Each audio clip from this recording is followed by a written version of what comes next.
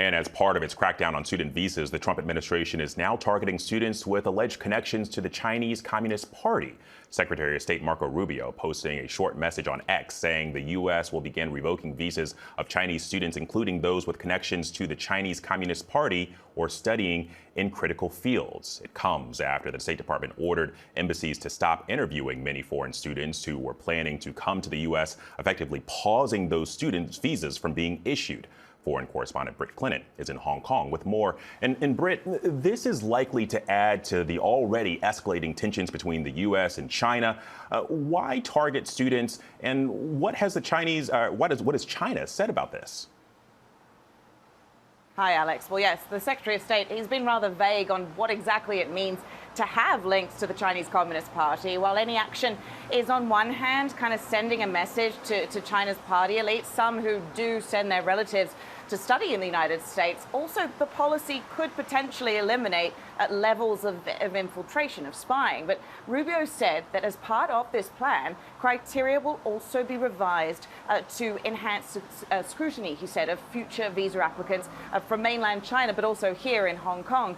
But this looks and sounds, Alex, like another tit-for-tat measure at a very tense time in ties with China amid a tariff war that many, that may have kind of plateaued for now, but many worry as this uncertainty remains that it could spiral again. China has said that it firmly opposes the move and urged the U.S. to pursue more constructive relations, it said, Alex.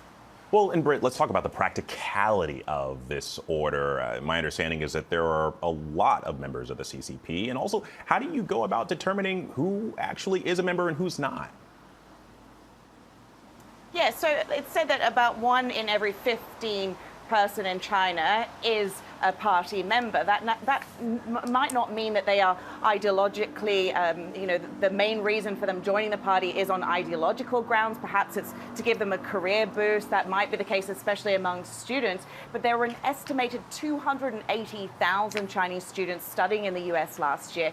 If applied to a broad portion of even that number, the move could disrupt a really major, a big source of income for American schools and really a critical pipeline of talent for US technology companies. And even before Rubio's announcement, Alex, there was this unease circulating among Chinese students and their relatives about whether students would actually be able be welcome in the United States amidst, what they see as a kind of bipartisan anti-China sentiment coming from the United States. Now there's even more uncertainty. We spoke to one woman a little earlier who has an offer to start grad school at Berkeley this fall. She's applied for her visa, but she really is not optimistic at all because she works for a Chinese tech company where she has already resigned from. So certainly of unease and uncertainty here, Alex.